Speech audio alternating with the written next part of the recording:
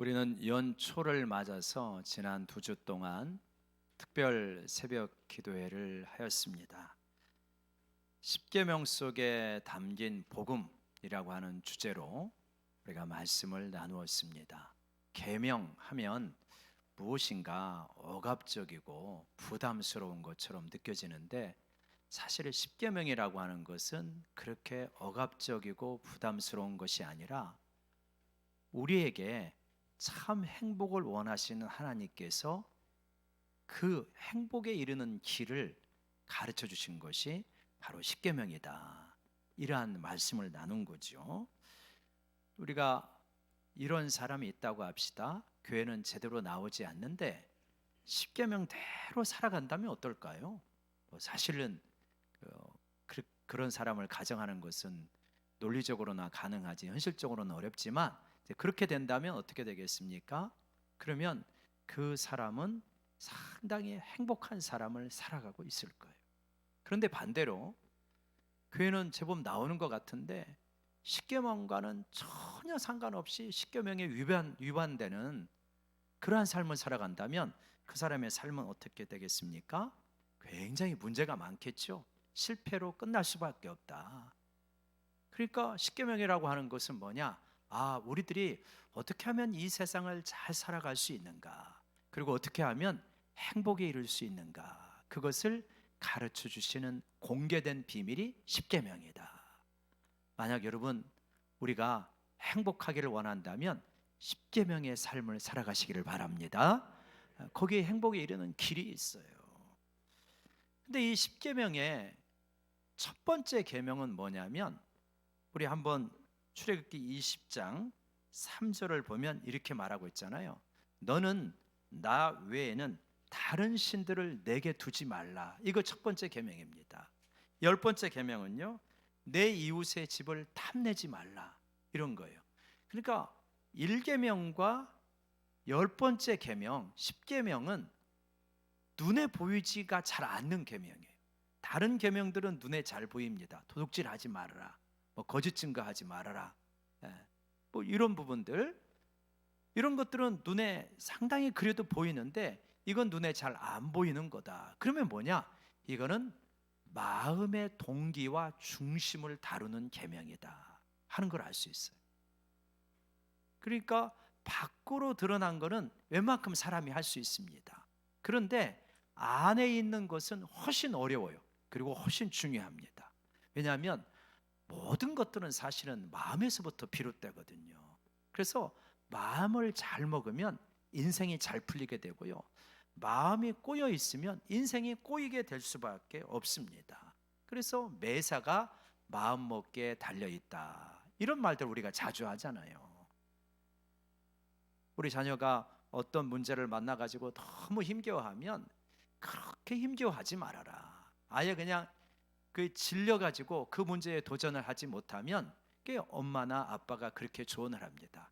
굉장히 커 보이지만 막상 달라붙으면 믿음을 가지고 하나님께서 함께 하신다. 그런 믿음을 가지고 달라붙으면 그거 그렇게 어려운 문제 아니다. 이런 조언을 합니다. 갖고 그 조언을 받고 너무 커 보이는데 정말 달라붙어 봤더니 생각보다 그렇게 어려운 건 아니네. 이런 것들을 차츰차츰 경험하는 거죠. 그런데 아예 마음에서부터 이거는 안 돼. 내 인생은 끝났어. 그러면은 정말 끝나버린 거예요. 뭘 할 수가 없습니다. 그래서 성경에서는 다른 어떤 것보다 지켜야 될 게 뭐냐? 너희의 마음이다. 이렇게 말씀하잖아요. 그래서 잠언 4장 23절 이렇게 말씀하고 있는데 한번 같이 읽어볼까요? 시작. 모든 지킬 만한 것 중에 더욱 내 마음을 지키라. 생명의 근원이 이에서 남이니라. 여러분 다른 어떤 것보다도 마음을 잘 지키시기를 원합니다. 마음을 잘 지키면 생명이 꿈틀거리며 나오게 되어 있는 거예요. 근데 마음을 못 지키면은 그냥 무너지는 거예요. 근데 마음을 지키는 것 중에서도 뭔 마음을 지켜야 되냐면 오늘 말씀은 탐심이 우리 마음속에 자리를 잡지 않도록 마음을 지켜야 된다는 말씀입니다. 탐심이 마음속에 자라면요, 이게 그냥 독버섯처럼 퍼져가지고 다른 계명도 어길 수 있는 거예요. 욕심 때문에 거짓말하는 사람이 얼마나 많은지 모릅니다.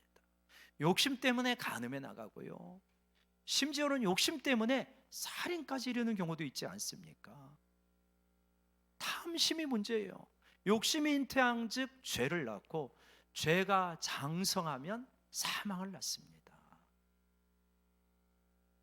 인생의 많은 비극이 어디서 오냐?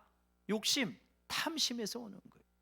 그래서 에베소서와 골로새서는 우상 숭배, 가장 무서운 죄악인 우상 숭배도 뭐에서 비롯된다고 말합니까? 탐심, 즉 우상 숭배다라고 말하고 있지 않습니까?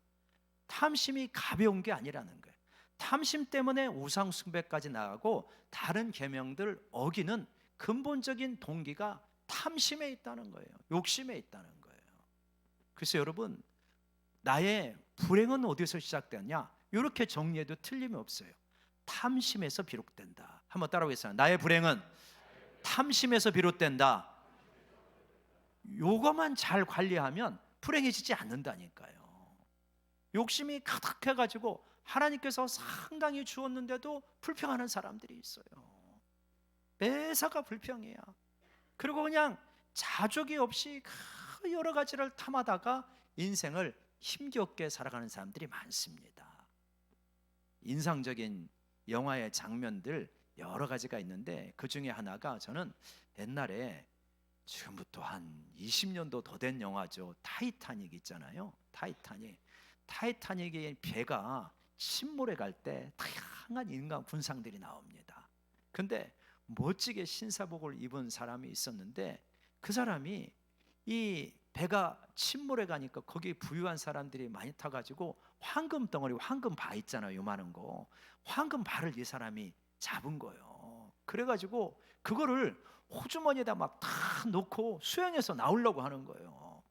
나올 수 있습니까? 이게 금 발을 여러분 아직 들어본 적 없죠, 그죠? 근데 저도 못 들어봤는데 되게 무거운가 봐요. 그래갖고 이게 황금 발을 옷에다 넣어가지고 수영해서 나오려고 하는데 못 나오는 거예요. 결국은 빠져서 죽는 거예요. 황금 때문에 죽는 사람을 인상적으로 묘사한 거거든요. 그 사람만 그렇겠습니까? 황금 쫓아가다가 죽은 사람이 한두 사람이 아니에요. 인류 역사에 보면. 그거 버리고 나왔으면 살 수도 있었을 텐데 어리석은 거죠. 탐심은 이렇게 우리를 완전히 망가지게 할 수 있습니다. 그만큼 무서운 뿌리예요. 근데 이 탐심이 우리 마음속에서 독버섯처럼 자랄 수 있는데, 그러려면 우리의 어떤 토양이 있을 때 그렇게 자랄 수 있습니다. 근데 그 토양은 어떤 토양이냐면 결핍의식, 비교의식이라고 하는 토양 속에서 탐심이 아주 잘 자랄 수 있어요. 무슨 의식? 한번 따라해 봅시다. 결핍의식, 비교의식. 하나님은 얼마나 풍성해가지고 그의 나라와 그의 의를 구하면 이 모든 먹을 것과 입을 것과 마실 것과 이런 거를 다 주실 수 있는 분이거든요. 근데 하나님을 믿는다 하면서 늘 인생이 결핍되어 있어. 뭐가 부족하고 늘 부족하다고 말하는 인생, 그 결핍의식에 찌든 인생이에요. 하나님이 얼마나 풍성한 분이냐면, 지금 이 지구에서 나오는 곡물을 관리만 잘하면 지금 지구에 있는 인구의 배를 먹일 수 있다고 그래요. 인구학자들에 의하면 충분히 먹을 수 있거든요. 그런데도 굶어 죽는 사람이 너무 많은 거예요. 왜 그러냐? 가진 사람이 더 많이 가지고 쟁여놓기 때문에 굶어 죽는 거예요. 하나님이 그렇게 풍족하신 분이거든요. 그래서 우리가 하나님의 뜻대로 살아가면, 여러분, 나 굶어 죽으면 어떡하지? 비참해지면 어떡하지? 이런 걱정 하시기 바랍니다.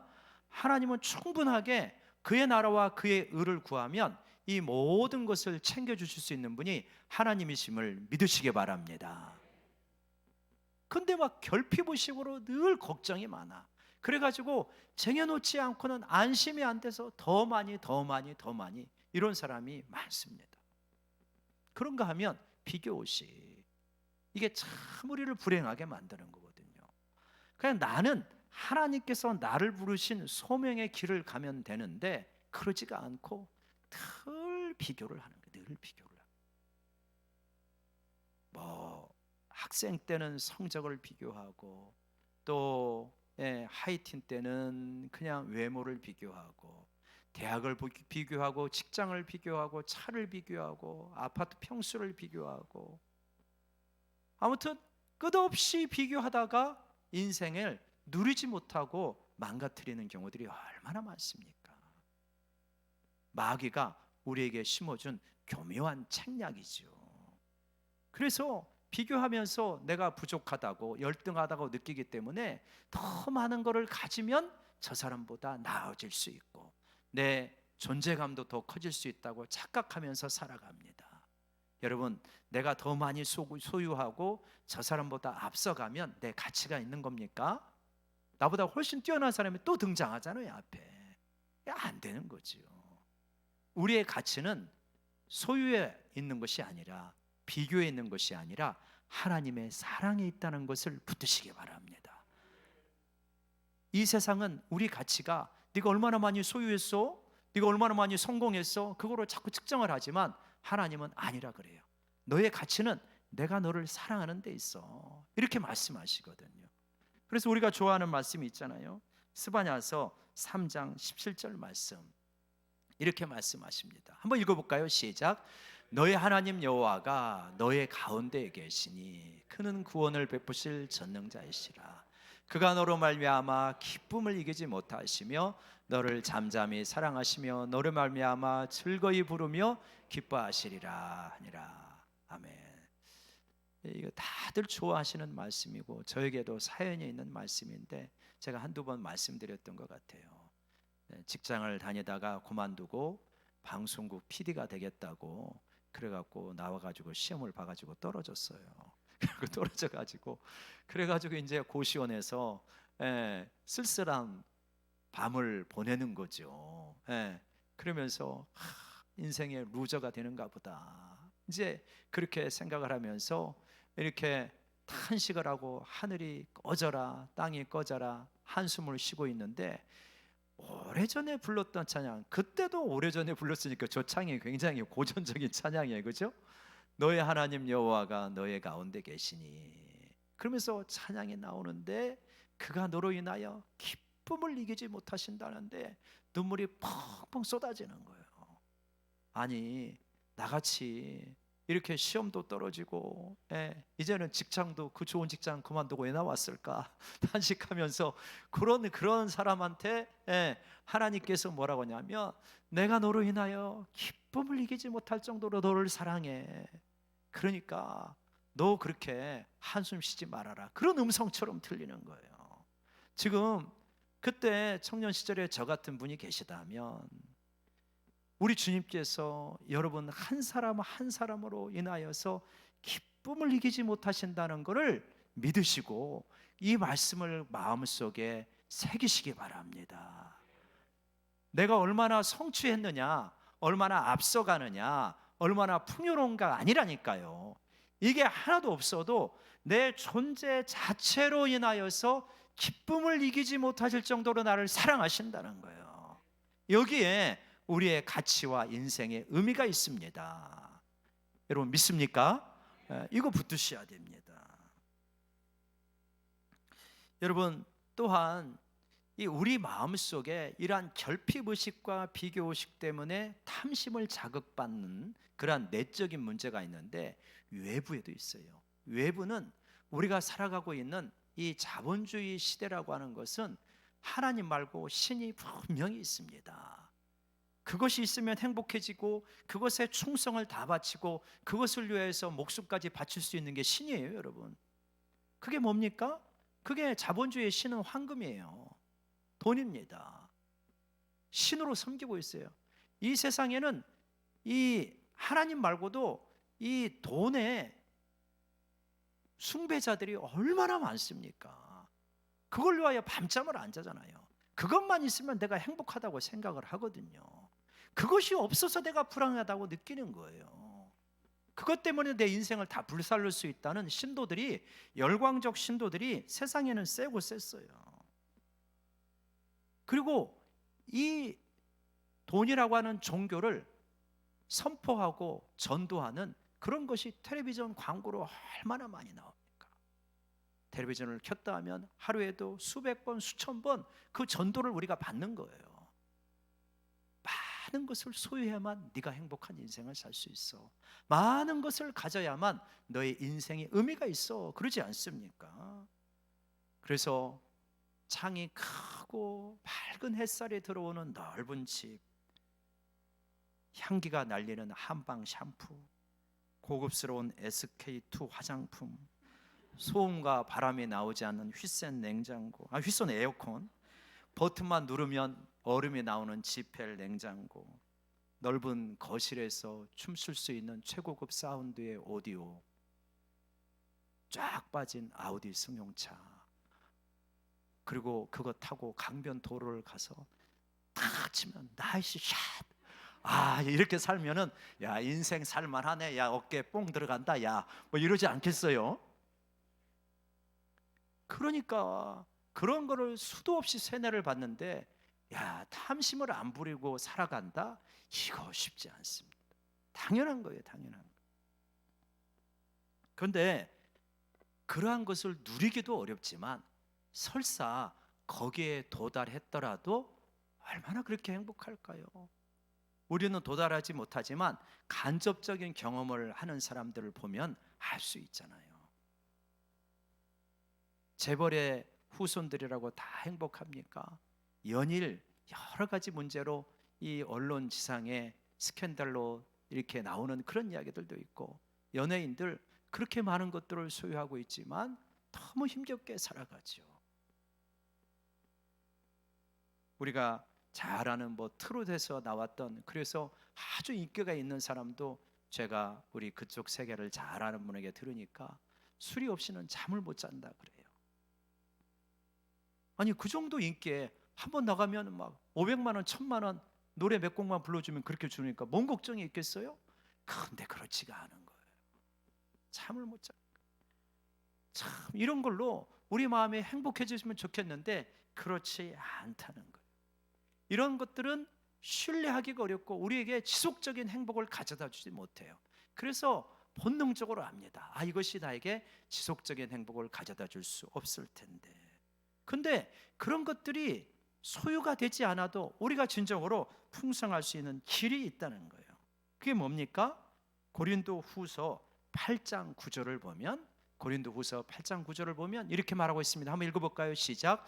우리 주 예수 그리스도의 은혜를 너희가 알거니와 부유하신 이로써 너희를 위하여 가난하게 되심은 그의 가난함으로 말미암아 너희를 부유하게 하려 하심이라. 네. 하나님께서, 우리 주님께서 하늘의 영광을 버리고 이 땅에 오시면서 가난하게 되셨는데 그분의 가난함으로 말미암아 우리가 부유하게 되었습니다. 어떻게 해요?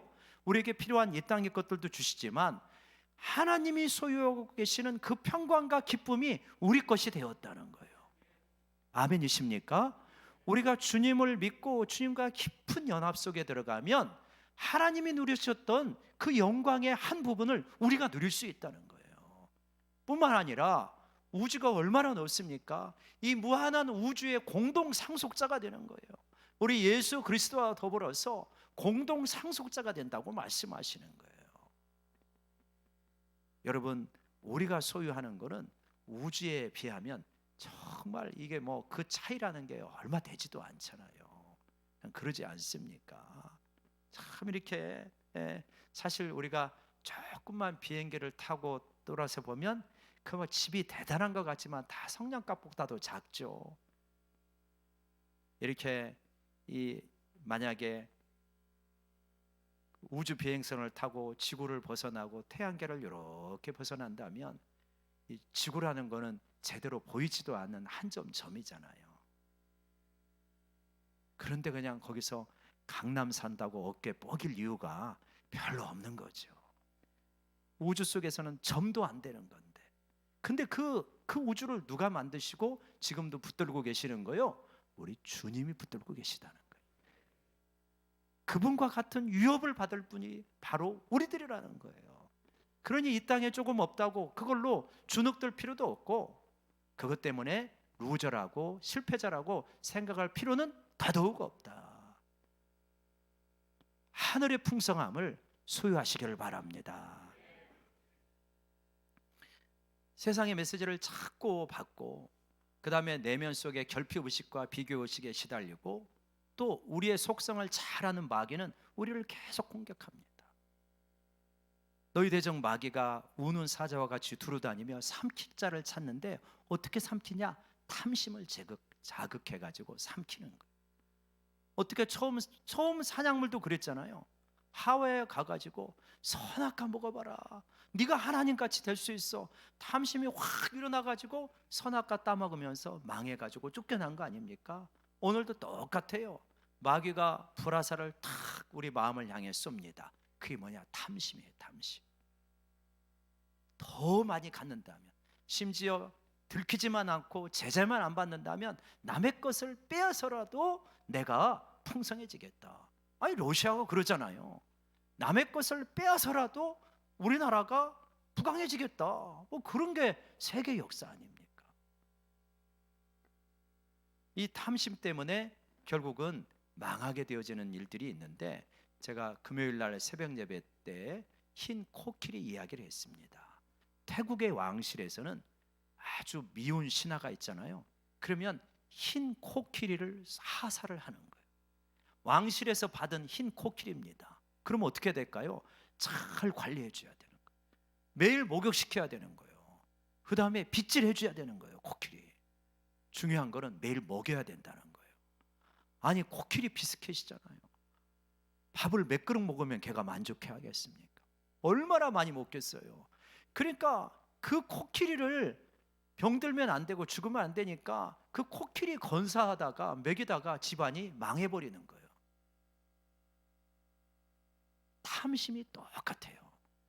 우리 안에 흰 코끼리가 있어요. 옆 사람 보면서 물어봅시다. 지비는 어때? 자, 지비는 어때? 지비는 코끼리가 몇 마리나 있어? 이 마음속에 흰색 코끼리가 있어가지고 먹여도 만족이 안 돼. 먹여도. 그래갖고 이거 먹이다가 평생 끝나버리는 거. 허덕허덕 하다가 한 번도 인생을 제대로 누리며 감사하며 살지 못해. 얼마나 안타까운 일입니까? 하나님께서는 우리가 열심히 살아가기를 원하시지만 한편으로 우리에게 주신 많은 것들을 누릴 것이 있잖아요. 정말 누릴 것들이 많지 않습니까? 그런데 탐심에 붙잡히면 누리지 못해. 조금 더 있은 다음에 누릴게, 그러잖아요. 교회 나오는 것도 그러잖아요. 어떤 분들은 교회 나오시라고 하면 조금만 안정되면 나올게. 지금 현재 우리에게 내일이 보장된 게 없는데 그러잖아요. 현재 누리지 못한다면 언제 누릴 것입니까? 현재 감사하지 못한다면 언제 감사할 거예요? 그래서 사도 바울은 빌립보서 4장 11절부터 13절까지 이렇게 말합니다. 내가 궁핍하라는 거로 말하는 것이 아니니라. 어떠한 형편든지 나는 뭘 배웠다? 자족하기를 배웠노니. 나는 비천에 처할 줄도 알고 풍부에 처할 줄도 알아. 모든 일 곧 배부름과 배고픔과 풍부와 궁핍해도 처할 줄 아는 일체의 비결을 배웠노라. 배부를 때도 감사하고 교만해지지 않고요, 배고플 때도 자족하며 기도할 수 있습니다. 일체의 비결을 배웠노라. 그 다음 구절을 읽어볼까요? 시작. 내게 능력 주시는 자 안에서 내가 모든 것을 할 수 있느니라. 내게 능력 주시는 자 안에서 내가 모든 것을 할 수 있느니라. 이게 긍정적 신념이 아니잖아요. 뭘 말하는 겁니까? 내가 어떠한 형편이든 간에 자족하며 감사하며 행복하게 사는 법을 배웠다는 거예요. 성령님께서 우리에게 이러한 능력을 주시는 줄로 믿습니다.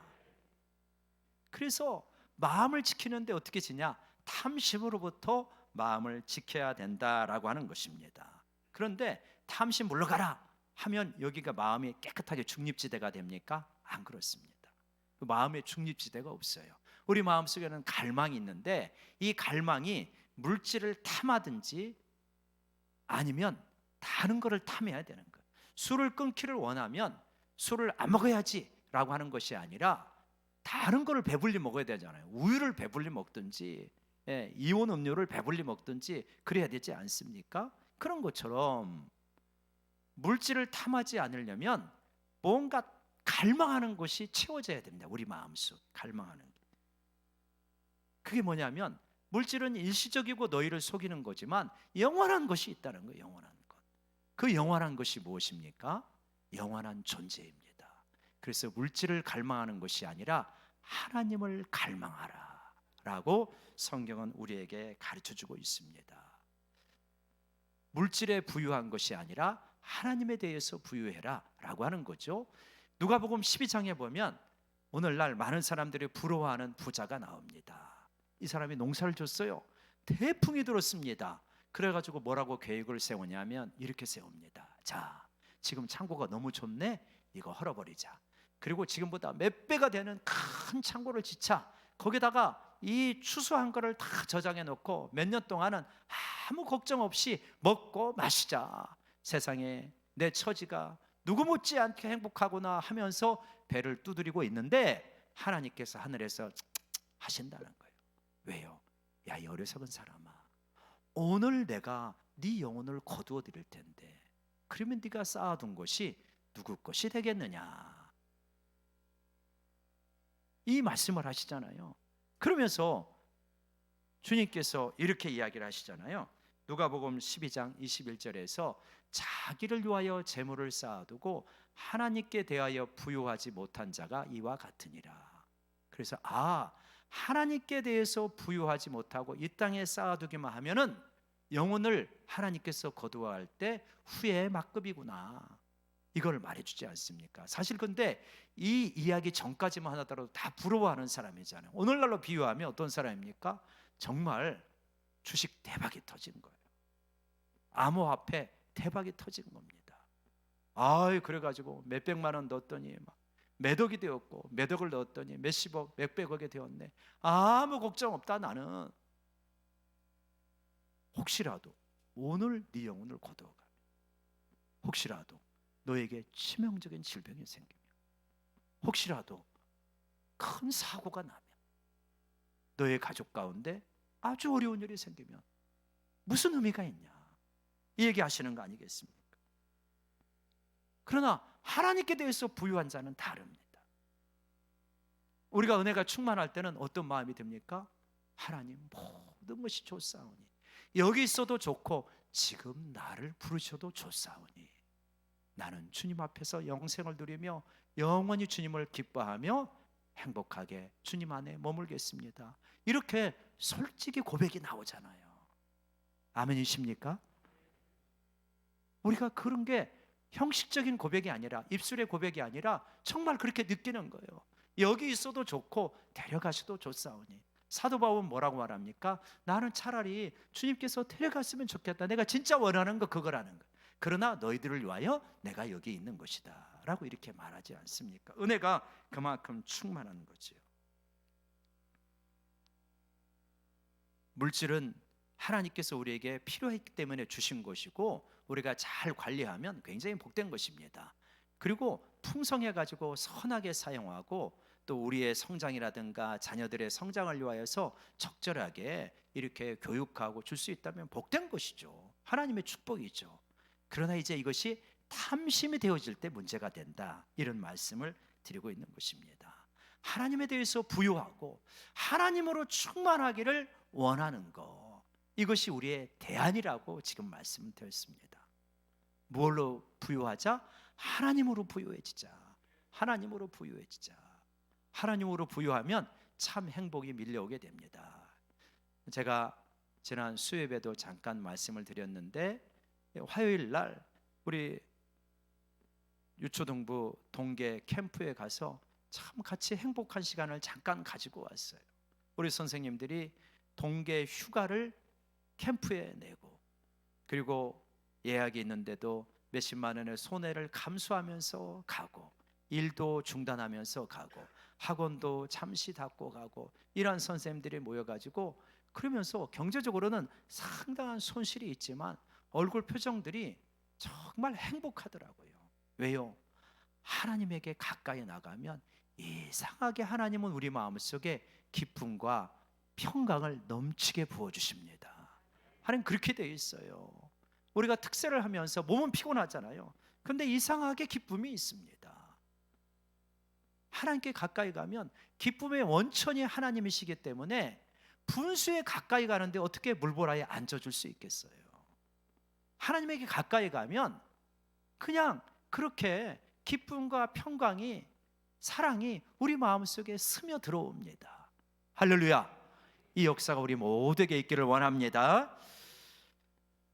그러면서 경제적으로는 조금의 손실을 볼 수 있지만 참 행복을 좀 느끼게 되어지는데, 저는 이 어떤 문제가 생길 때 혹은 어떤 기준이 필요할 때마다 성경 속으로 들어가서 제자들의 삶을 생각해 봅니다. 그리고 초대 교인들의 삶을 생각해 봐요. 한번 여러분 초대 교인들의 삶을 생각해 보십시오.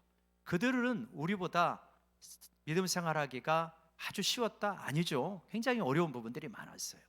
한번 그들이 살아가고 있는 문화를 생각해 보십시오. 그들은 어떻게 했습니까? 바깥에서 지금 어떤 일이 벌어지고 있는 거예요?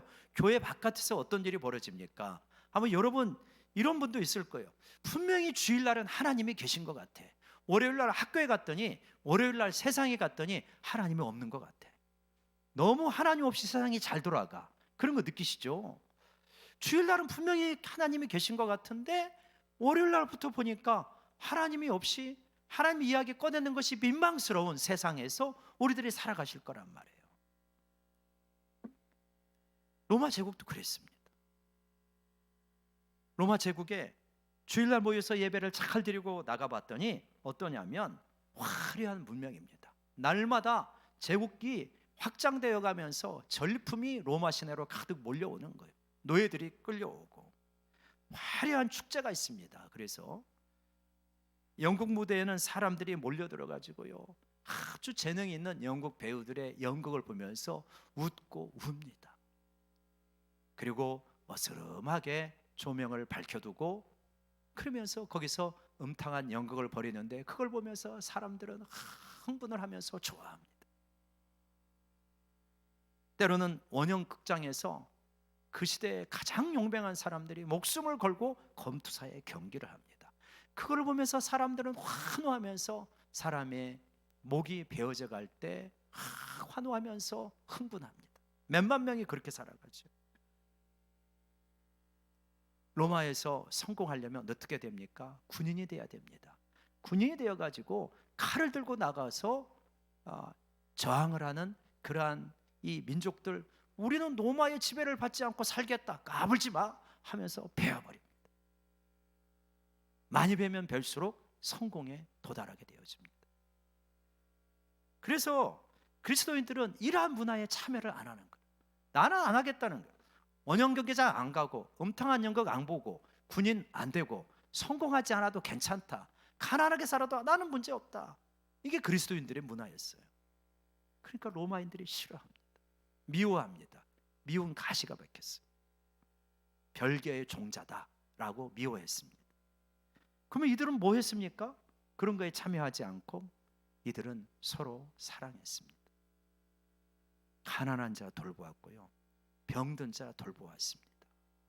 전염병이 돌아가지고 로마의 귀족들이나 사제들은 다 도망갈 때 그리스도인들은 도망가지 않고 이들을 돌보면서, 그러면서 많은 그리스도인들이 같이 죽어갔습니다. 문제가 있다고, 족보가 분명하지 않다고, 또 부끄럽다고 거리에 아이들을 내다버립니다. 로마의 귀족들은 그 아이들을 다 데려다가 이들이 키웠어요. 그리스도인들이 군에 나가지 않고 황제 숭배를 하지 않기 때문에 경제적으로 부유리를 당하였습니다. 그런데 그 가난과 고난을 기꺼이 감당했습니다. 이들은요, 로마 사회에서 내가 성공하지 못했다고 안달하지 않았습니다. 내가 더 출세하지 못했다고 안타까워하지 않았습니다. 내가 가난하다고 해서 하나님이 나를 버리셨구나 라고 생각하지 않았습니다. 하나님께 예배드릴 수 있고 믿음으로 살아가는 것, 그 가운데 고난이 있어도 그 길을 묵묵하게 기쁨으로 여기면서 영원한 천국을 바라보았습니다. 그게 그리스도인들의 삶이었습니다. 우리가 오늘 살아가는 시대는 어쩌면 로마 시대에 살아가는 그리스도인들하고 어떤 면에서는 비슷한 면이 있을 거예요. 너희는 이 사회를 본받지 말고, 이 세대를 본받지 말고 오직 마음을 새롭게 함으로 하나님의 선하시고 기뻐하시고 온전한 뜻이 무엇인지 분별하도록 해라. 모두가 어떻게 보면 탐욕을 향하여 치달려가요. 그래서 그 탐욕을 향해서 치달려가는 거기에서 내가 뒤처졌다고 불안해하시는 우리 성도님들이 계십니까? 우리는 이 레이스를 하는 게 아니라 하늘을 향한 거룩한 레이스를 하고 있는 것이 우리들입니다. 우리는 여기에서 풍요를 얻으려고 하는 것이 아니라 하나님 나라의 풍요를 갈망하는 게 우리들입니다. 그래서 하나님, 우리가 열심히 일하겠지만 물질의 풍요로 우리의 성공과 행복을 얻는 것이 아니라 하늘나라의 풍요로 진정한 성공과 행복을 얻는 그러한 우리 모두가 되게 하여 주시옵소서. 그렇게 살아갈 수 있는 우리 모두가 되기를 원합니다. 기도하겠습니다. 하나님 아버지, 이 세상은 탐욕스럽게 많은 것들을 먹어치워야만, 많은 것들을 소유해야만 행복하다고 자꾸만 우리를 쇠뇌해서 우리도 거기에 전염이 되어버렸습니다. 하늘나라의 풍요로 기뻐하고 풍요하지 못해서 슬퍼하는 것이 아니라 물질과 소유가 풍부하지 못해서 다른 사람들과 세상의 레이스에서 앞서가지 못하기 때문에 불행하다고 생각하는 경우들이 얼마나 많습니까? 저희들을 긍휼히 여겨주시고 진정한 가치와 의미가 어디에 있는지, 진정한 행복은 하나님에게 있다는 것을 다시 한번 깊이 깨달으며 하나님으로 풍요한 우리 모두가 되게 하여 주시옵소서. 예수님의 이름으로 기도드리옵나이다. 아멘.